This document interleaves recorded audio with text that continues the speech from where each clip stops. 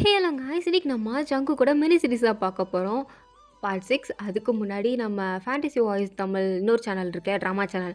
So அந்த சேனலில் வந்து நான் ஒரு புதுசான ஒரு ட்ராமா ஸ்டார்ட் பண்ண போகிறேன். ஒரு 30 வயசு அங்கிளுக்கும் 20 வயசு ஒரு சின்ன பொண்ணுக்கும் நடக்கிற ஒரு லவ் ஸ்டோரி தான். ஒன் நைட் ஸ்டாண்டு தான். எப்பயும் நம்ம எஃப்எஃப் போகிற மாதிரி தான் இருக்கும். பட் செம்மையாக இருக்கும். மிஸ் பண்ணாமல் போய் பாருங்கள். டிஸ்கிரிப்ஷன்லேயும் ஃபர்ஸ்ட் கமெண்ட்லேயும் லிங்க்கை வந்து பின் பண்ணியிருக்கேன். ஸோ மறந்துடாம போய் செக் பண்ணி அந்த வீடியோக்கு ஒரு லைக்கையும் சப்ஸ்கிரைப் பட்டனையும் தட்டி விட்டு வந்துடுங்க. ஓகேவா? ஸோ இப்போ நம்ம இந்த ஜங்கு கூட மினி சீரிஸ்குள்ளே வரலாம். போன பாட்டு ஏதாவது முடிச்சிருப்பானா, லிஃப்ட் வந்து அப்படியே ஸ்டக் ஆகிருக்கும். இது ஜங்குக்கு வேறு நிலமை புரியாமல், உன்னை எனக்கு பிடிக்குமா பிடிக்காத சொல்லுடி, எனக்கு பிடிக்குமா பிடிக்காதா அப்படின்னு கேட்டுட்டு இருப்பான். அவன் எனக்கு பிடிக்கும் அவ்வளோதான் அப்படின்னு இருந்திருப்பா. அவ்வளோதான் அப்படிங்கிறதுக்கு என்ன மீனிங் தெரியாமல் அவன் நின்றுட்டு இருந்திருப்பான். அதோட அந்த பாட்டுக்கு நான் கம்ப்ளீட் பண்ணியிருந்தேன். So let's continue to the part 6. ஏய், புரிகிற மாதிரி சொல்கிறேன். பிடிக்குமா பிடிக்காதா? உன்னை எனக்கு ரொம்ப பிடிக்கும்டா. பிடிக்குமா? நீ நினைக்கிற மாதிரி இல்லை. அப்புறம் எந்த மாதிரி? ஒரு ஃப்ரெண்டா? அப்போ சோல்மேட்டாக பிடிக்காது. சோல்மேட்? நீ என்னோடய சோல்மேட்டும் தான். அப்புறம் ஆனால் உன்னால் எப்படி சொல்கிறது, உன் மேலே எனக்கு அந்த ஃபீலிங்ஸ் வர மாட்டேங்குது ஜங்குக். அது வர மாதிரி இருக்குது, வராத மாதிரியும் இருக்குது. சேம் டைம் நீ கிட்ட வந்தால் முன்னாடி ஒன்றும் பண்ணாது, ஆனால் இப்போ ஒரு மாதிரி பண்ணுது. ஒரு மாதிரி பகரெல்லாம் வலிக்குதுடா எனக்கு உன்னை பார்த்தாலே. வகுறு வலிக்குதா? என்னடி சொல்கிற? எல்லாருக்கும் ஹார்ட் தானே படப்படன்னு அடிக்கும். உனக்கு என்னடி வகுறு வலிக்குன்னு சொல்லிகிட்டு இருக்க? அது அதான் நான் சொல்கிறேன்ல, எனக்கும் அதான் புரியல. நீ கிட்ட வந்தால் அதுவும் ரொம்ப க்ளோஸாக அன்றைக்கெலாம் கிஸ் பண்ணியே, அன்றைக்கே ஹார்ட்டு டப்பு டப்புன்னு துடிச்சது. மற்றபடி நீ கிட்ட வந்தால் ஒரு மாதிரி உள்ளேருந்து ஒன்று வருது. அது எப்படி சொல்லனே எனக்கு தெரியல. அது மேரேஜுக்கு முன்னாடிலாம் வரல, இப்போது ரீசெண்டாக தான் எனக்கு அந்த மாதிரிலாம் தோணுது ஜங்குக். அது ஏன்னு தெரில, உன் மேலே லவ் இருக்கான்னு தெரில, என்னன்னு எனக்கு தெரியலடா அப்படின்னு சொல்லிக்கிட்டு இருக்கான். அவன் அப்படியே பார்த்து சிரிச்சிட்டே, லவ் தாண்டி, நீ தாண்டி கொலையும் போய் கிடக்குற அப்படின்றான். நீ வாய அப்படின்னு என்ன குழப்பாத. ஆமாம், அது என்ன, உன் எக்ஸை உருகி உருகி லவ் பண்ணிவிட்டு இப்போ திடீர்னு நீ வேறு மாதிரி பேசுகிற? அப்போ ஒரு மாதிரி இருந்த, இப்போ ஒரு மாதிரி இருக்க. அப்போ நீ அவனை லவ் பண்ணியா இல்லை என்ன லவ் பண்ணுறியாடா? நீ இப்படி பண்ணுறதால தான்டா நான் கன்ஃபியூஸ் ஆகிறேன் அப்படின்னு அவன் சொல்லும்போது, ஜங்குக்கு அது ஏன்னு தெரில, அவன் அப்படி சொன்னதும் அப்படியே ஒரு மாதிரி ஆயிடுச்சு. எதுவுமே பேசலே, அப்படியே அவன் பாட்டுக்கு ஓரமாக நின்றுட்டான். வாயனுமே, என்னாச்சு ஜங்குக்கு, நான் ஏதோ தப்பாக கேட்டேன்னா ஏன் இப்படி நின்றுட்டுருக்க? நீ ஒன்றும் பேச வேண்டாம், இப்படி நில்லு. ஏன் என்கிட்ட பேச மாட்டியா? ஏய், நான் எதுக்கு உன்கிட்ட பேசணும்?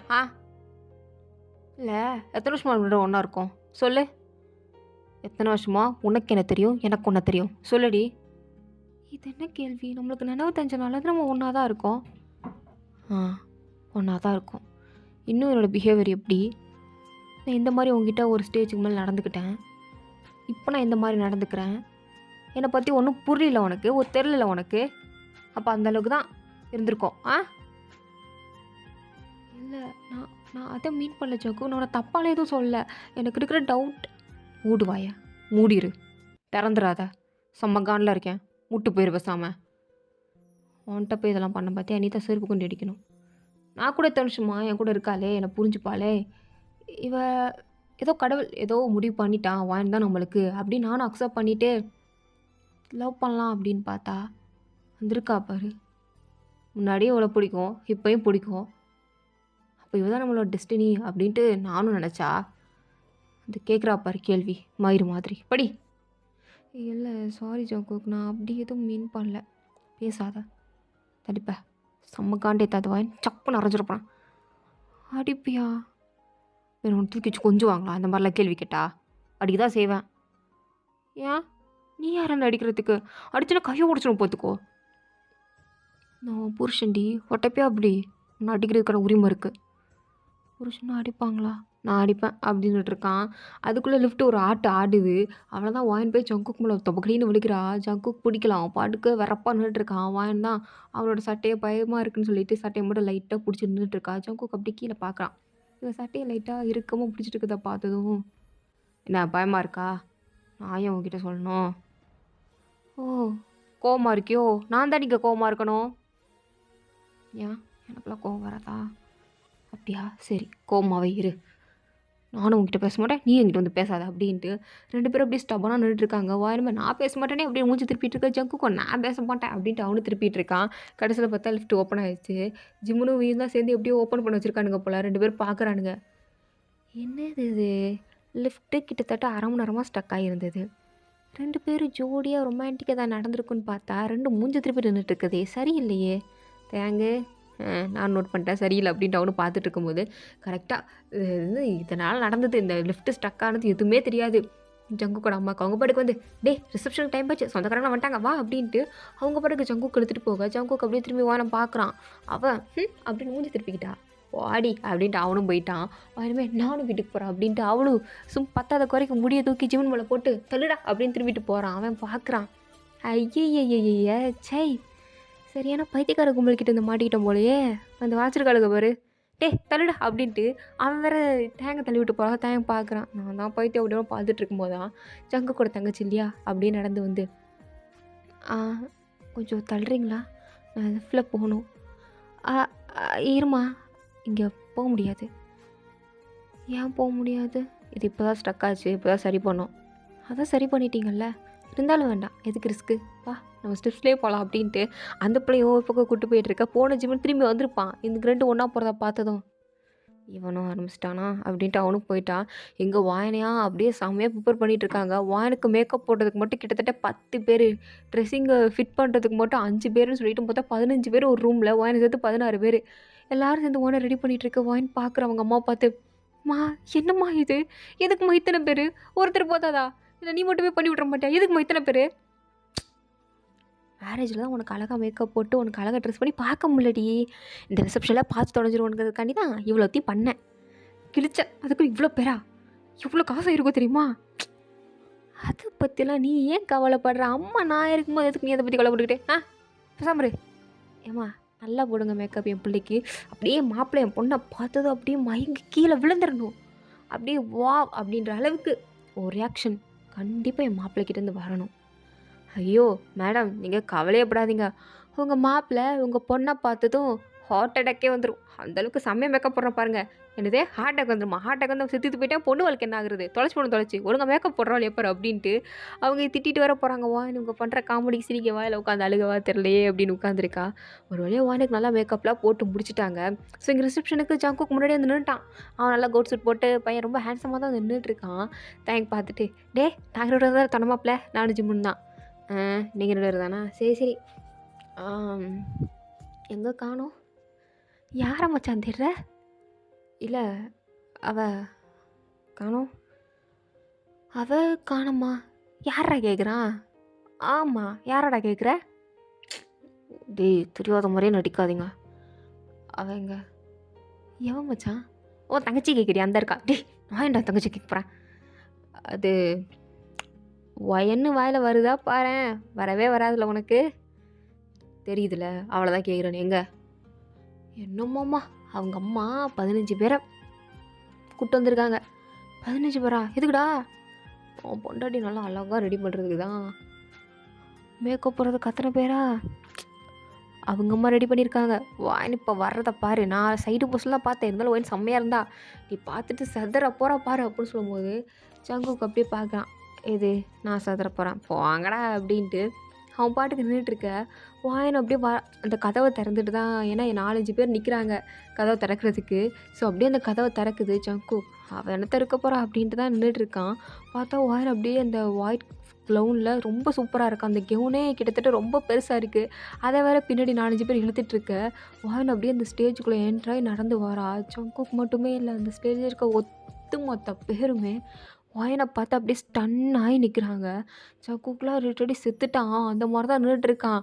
ஒரு ஸ்டெப் அவனுக்கு அப்படியே பின்னாடி தள்ளாடுது. அப்படியே பின்னாடி தள்ளாடி போய் தேங்க இடிச்சா தேங்க அப்படியே ஜங்குக்கு பிடிச்சிட்டு, டேய் இது நம்ம வாயனாடா, பார்க்க இவ்வளோ அழகாக இருக்கா அப்படின்ட்டு அவனும் ஸ்டன் ஆகி பார்க்க ஜங்குக்கு அப்படியே அவளே வச்சக்கணும் அவங்க அம்மா பார்த்துட்டு ஃபீல் பண்ணிகிட்டு இருக்கான். அப்படியே சில மாதிரி நிற்க வாயனுமே ஜங்குக்கை பார்த்து சிரிச்சுட்டு தான் வரா. அப்படியே அவன் கை கொடுக்குறான். வாயன் வந்து அப்படியே கோவமாக அவனை பார்க்க, குட்ரி நான் பிடிச்சி எடுத்துருவேன். என்ன பண்ணுவேன்? இதோ இப்படி இழுத்துருவோம் அப்படின்ட்டு இழுத்து வர காமிக்கிறான். வாயனும் சிரிச்சுட்டே எதுவும் சொல்லாம அவன் பக்கத்துல நின்னுட்டுருக்கா. ஜங்குக்கு ஆனா மூடே வேற லெவல்ல போயிட்டுருக்கு. அப்படியே அவள பார்த்து பார்த்து சிரிச்சுட்டு இருக்க. இங்க அவளுமே அவன பார்த்து சிரிக்கிறா. அப்படியே கெஸ்ட்டு வர ஆரம்பிக்கிறாங்க. எல்லாரையுமே அட்டெண்ட் பண்ணி வெல்கம் பண்ணிட்டு தான் இருக்காங்க. கிஃப்ட்லாம் நெறையா வருது. வாயன்லாம் ஒரு கட்டத்துல கிட்டத்தட்ட 1 1/2 மணி நேரமா நின்னுட்டு இருந்திருப்பா. ரொம்ப டயர்ட் ஆயிட்டா. ஜங்குக்கு தான் அவனோட ஹிப்ப புடிச்சு நிக்க வச்சு, "என்னடி ரொம்ப டயர்டா இருக்கா?" "ஆ, ஆமா." "நீ ஏன் இப்படி என் ஹிப்ப பிடிக்கிற? அதுலேருந்து கை எடு. நீ தான் என் மேல கோவமா இருக்கியே." "அதெல்லாம் உன்ன பார்த்து அப்பமே போயிருச்சு." "ஏன்னா?" "அப்படிதான்." "என்னடா சொன்ன?" "காதுல கேட்கலைல. அப்புறம் என்ன? விடு தள்ளு." "சரி, இதுக்கே டயர்ட் ஆயிட்டுன்னு சொல்றியே, எப்புட்ரி இதுக்கடுத்து ரூமுக்குலாம் போணும்? தாக்கு பிடிப்பியா என்கிட்ட?" "ஆ, இப்ப நீ என்ன சொன்ன? ஜங்குக்கு நீ என்ன சொன்ன?" "ஆ, என்கிட்ட தாக்கு பிடிச்சிருவான்னு கேட்டேன். 1 1/2 மணி நேரம் நிக்கவே முடியலையாம்." "இதில 1 1/2 மணி நேரம் நீ என் கூட எங்க இருந்து கிழிப்ப?" "ஜங்குக் வாய மூடு. ஜங்குக் வாய மூடு. சீரியஸா சொல்றேன் வாய மூடிரு. இப்படி பேசாத. என்கிட்ட இப்படி பேசாத." "பொண்டாட்டிகிட்ட தான்டி இப்படி பேச முடியும். அதான் உன்ட்ட இப்படி பேசுறேன்." "Shut up. என்கிட்ட இப்படி பேசாத. எனக்கு புடிக்கல." "ஏன் புடிக்கல?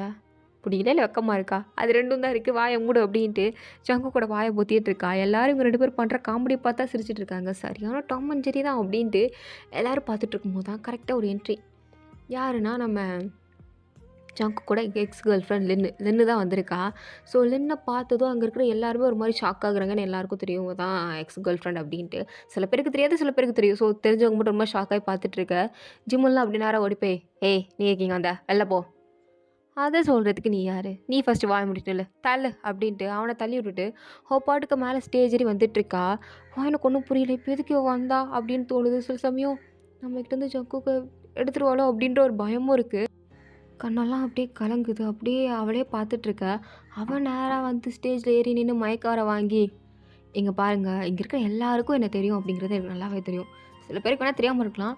நான் வந்து லின், ஜங்குக்கோட எக்ஸ் கேர்ள் ஃப்ரெண்ட்.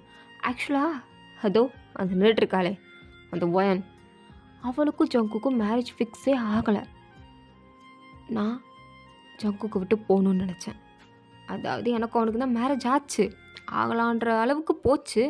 டேவும் வந்துச்சு. பட் எனக்கு ஒரு மாதிரி இருந்தது. ஏன்னா இந்த ஜங்குக் பையன் எனக்கு இம்பார்ட்டன்ஸ் குடுக்காம, இந்த ஒயனுக்கே இம்பார்ட்டன்ஸ் குடுத்துருந்தான்னு நான் அப்ப நெனச்சேன். ஆனா எனக்கு இப்ப தான் புரியுது. இந்த 1 வாரம் ஜங்குக் இல்லாம என்னால சத்தியமா இருக்க முடியல. ஸோ அதனால இந்த மேரேஜ உடனடியா கேன்சல் பண்ணுங்க. அதாவது ஜங்குக்கும் ஒயனுக்கும் நீங்க பண்ண மேரேஜ கேன்சல் பண்ணிருங்க. திருப்பியும் எனக்கும் ஜங்குக்கும் மேரேஜ் ஃபிக்ஸ் பண்ணுங்க. இத நான் உங்க எல்லார்கிட்டயும் ஒரு ரெக்வெஸ்ட்டா எடுத்துக்கிறேன். ப்ளீஸ். ஏன்னா என்னால ஜங்குக் இல்லாம இருக்க முடியாது. எனக்கு தெரிஞ்சு இந்த 1 வாரத்தில ஜங்குக் வந்து என்ன தான் லவ் பண்ணிட்டு இருந்திருப்பான். என்ன தான் நடிச்சிட்டு இருந்திருப்பான். கண்டிப்பா இந்த ஒயின் பக்கம் திரும்பி இருக்க மாட்டான். அந்த நம்பிக்கை எனக்கு நெறையாவே இருக்கு. ஸோ அதால மேரேஜ கேன்சல் பண்ணிருங்க. 1 வாரம் தானே ஆகுது. ஸோ சர்டிஃபிகேட்லாம் அதுக்குள்ள ரெடியா இருக்காது. நம்ம மேரேஜ கேன்சல் பண்ணிக்கலாம் அப்டின்ட்டு அசால்ட்டா சொல்றா. ஏன்னா அவ இத்தன நாள் ஜங்குக்கு புரிஞ்சுக்காம போயிட்டாளாமா. இப்போ ஜங்குக்கு புரிஞ்சுக்கிட்டாளாமா. அது எல்லார் முன்னாடியும் எக்ஸ்ப்ளைன் பண்ணும்போது எல்லாருமே, "அப்புறம் என்ன? அப்போ சரிப்பா. நீங்க வந்து மேரேஜ கேன்சல் பண்ணிருங்க. திருப்பி இந்த புள்ளைக்கும் நம்ம ஜங்குக்கும் மேரேஜ் பண்ணி வச்சிரலாம்" அப்படின்ட்டு சொந்தக்காரங்கலாம் பேசிட்டு இருக்காங்க. ஜங்குக்கோட அம்மா, அப்பாவே "பண்ணிரலாமா என்ன?" அப்படின்னு தான் யோசிச்சுட்டு இருக்காங்க. அவனுக்கு அவ்வளோதான் ஒரு மாதிரி ஆயிடுச்சு. அப்படியே நின்னு ஒரு மாரி அவளே தான் பார்த்துட்டு இருக்கா. அவ என்னன்னா சும்மா இல்லாம மறுபடியும் மயக்கெடுத்து, "ஆனா ஒரு விஷயத்த சொல்லியே ஆகணும். இந்த வாயனுக்கு எனக்கு தெரிஞ்சு ஜங்குக் மேல இன்ட்ரெஸ்ட் இருக்குன்னு நெனைக்கிறேன். ஆனா ஜங்குக்கு அவன் மேல இல்ல, என் மேல இருந்திருக்கு. ஸோ அதனாலேயே பிளான் போட்டு இதெல்லாம் பண்ணியிருக்கான்னு தெரியுது. நான் அவங்க கூட இருக்கும்போது, அவன் கூட ரொம்ப க்ளோஸா இருக்கிற மாரி சீன் போட்டு, என்னை ஏமாத்தி ஓட விட்டுட்டா. நான் போனதுக்கப்புறம் இதுதான் சான்ஸ்ன்னு சொல்லி, அப்படியே அமுக்குனி மாரி இருந்து ஜங்குக் அமுக்கிட்டா. இதுக்கெல்லாம் காரணம் அந்த ஒயன் தான். ச்சீ! எவ்வளோ கெடுகெட்டவளா இருக்கா! இவள போய் வளர்த்துருக்காங்க பாரு வளர்ப்பு. வளர்ப்பு சரியில்ல. வளர்ப்ப முதல்ல சொல்லணும் அப்படின்ட்டு, ஒயன பத்தி அவங்க அம்மா, அப்பாவ பத்தியும் கேவலமா பேசுனாங்க. அங்க இருக்கிற முக்காவாசி சொந்தக்காரங்க ஒயனோட சொந்தக்காரங்க தான். ஜங்குக்கோட சொந்தக்காரங்களே கம்மியா தான் இருந்திருப்பாங்க. ஏன்னா இந்த ரிசப்ஷன் மெயினா அரேஞ்ச் பண்ணதே அவங்க ஃபேமிலிக்காண்டி தான். ஸோ இப்போ இவ வந்து இப்படிலாம் பேசுறப்போ எல்லாரும் ஒரு மாதிரி பேச ஆரம்பிக்க, சொந்தக்காரங்க முன்னாடி அவங்க அம்மா, அப்பாவுக்குலாம் ரொம்ப அசிங்கமா போயிருச்சு. அப்படியே அவங்க எதுவுமே பேச முடியாம ஜங்குக்கோட அம்மா, அப்பா என்ன சொல்றாங்க அப்படின்னு பார்த்துட்டு இருந்தா. அவங்க ஜங்கு கிட்ட வந்து, "என்னடா பண்ணிரலாமா?" அப்படின்னு கேட்டா, அவன் திடீர்னு எதுவுமே சொல்லாம அவன் பாட்டுக்கு அங்கேருந்து போயிட்டான். அவனுக்கு அவ்வளோதான். இவ சொன்னது கூட இவ்வளோ நேரம் வலிச்சிருக்காது. இவன் ஏதாவது பார்த்து திரும்பி சொல்லுவான், ஏதாவது பண்ணுவான் அப்படின்னு எதிர்பார்த்து இருந்திருப்பா. ஆனா அவன் என்னான்னா, இவளையும் கண்டுக்காம, அவளையும் கண்டுக்காம அவன் பாட்டுக்கு அங்கேருந்து எந்திச்சு போவும், வானுக்கு ஒரு மாதிரி அழுகையே வந்துருச்சு. அவளும் அங்கேருந்து அப்படியே ஓடி போயிட்டா. அவளும் எங்க போனான்னு தெரியல, இவனும் எங்க போனான்னு தெரியல. கிட்டத்தட்ட இப்போ ஒயனோட அம்மா, அப்பா தான் ரொம்ப பாவம். ஒரு மாதிரி குற்ற உணர்ச்சியோட நின்னுட்டு, ஜங்குக்கோட அம்மா, அப்பாவ பார்த்து, "இங்க பாருங்க, நீங்க என்னனாலும் முடிவெடுங்க. ஏன்னா நாங்க இதில தயாராறதா இல்ல. ஏன்னா இந்த கல்யாணம் பண்ணலாம் அப்படின்னு சொல்லி முடிவு பண்ணது 2 ஃபேமிலியும் தான். ஸோ இப்பயும் எதா இருந்தாலும் 2 ஃபேமிலி சேர்ந்து தான் முடிவெடுக்கணும். ஆனா இப்போதைக்கு டைம் எடுத்து யோசிங்க. அத மட்டும் தான் எங்களால சொல்ல முடியும்" அப்படின்ட்டு பதில கூட எதிர்பார்க்காம போயிட்டாங்க. எங்க வாயின் எங்க போனான்னா, அப்படியே வெட்டிங் ட்ரெஸ்ஸோட அப்படியே அழுதுட்டே எங்கேயோ ஓடிக்கிட்டு இருக்கா. எங்க ஓடுறான்னு அவளுக்கே தெரியல. ஒரு கட்டத்துல அப்படியே ஸ்டாப் ஆயி பார்த்தா, பீச்சுக்கு தான் ஓடி வந்திருக்கா. அங்க ஒரு ஸ்டோன் பெஞ்ச் இருக்கு. அங்க அப்படியே ஒரு மாரி உம்முன்னு உட்காந்துக்கிட்டா. இங்க ஜங்குக் எங்க போயிட்டான்னா, அவன் நேரா கிளப்புக்கு போய் சரக்கு அடிச்சிட்டு இருக்கான். இங்க ஜிம்முனும் வியும் தான் 2 பேரும் எங்க போய் தொலைஞ்சாருங்கன்னு தெரியலையே. இவனுங்க 2 பேரும் நம்ம எங்கன்னு போய் தேடுவோம் அப்படின்ட்டு, பைத்தியம் மாரி அவனுங்க 2 பேரும் சுத்திட்டு இருக்காங்க. இங்க ஜங்குக் அப்படியே சரக்கு அடிச்சுக்கிட்டே இருக்கான். ஆனா, இந்த லின் எப்படி தான் கண்டுபிடிச்சான்னு தெரியல. ஜங்குக் இங்க தான் இருப்பான்னு கரெக்ட்டா கண்டுபிடிச்சு வந்துட்டு, ஜங்குக் பக்கத்துல உட்காந்துட்டு, "இங்க பாரு ஜங்கு, எனக்கு நல்லாவே தெரியும். உனக்கு என்னதான் பிடிக்கும்னு. நீ இந்த பையன சும்மா உங்க ஃபேமிலி நேம் கெட்டு போயிறக்கூடாது.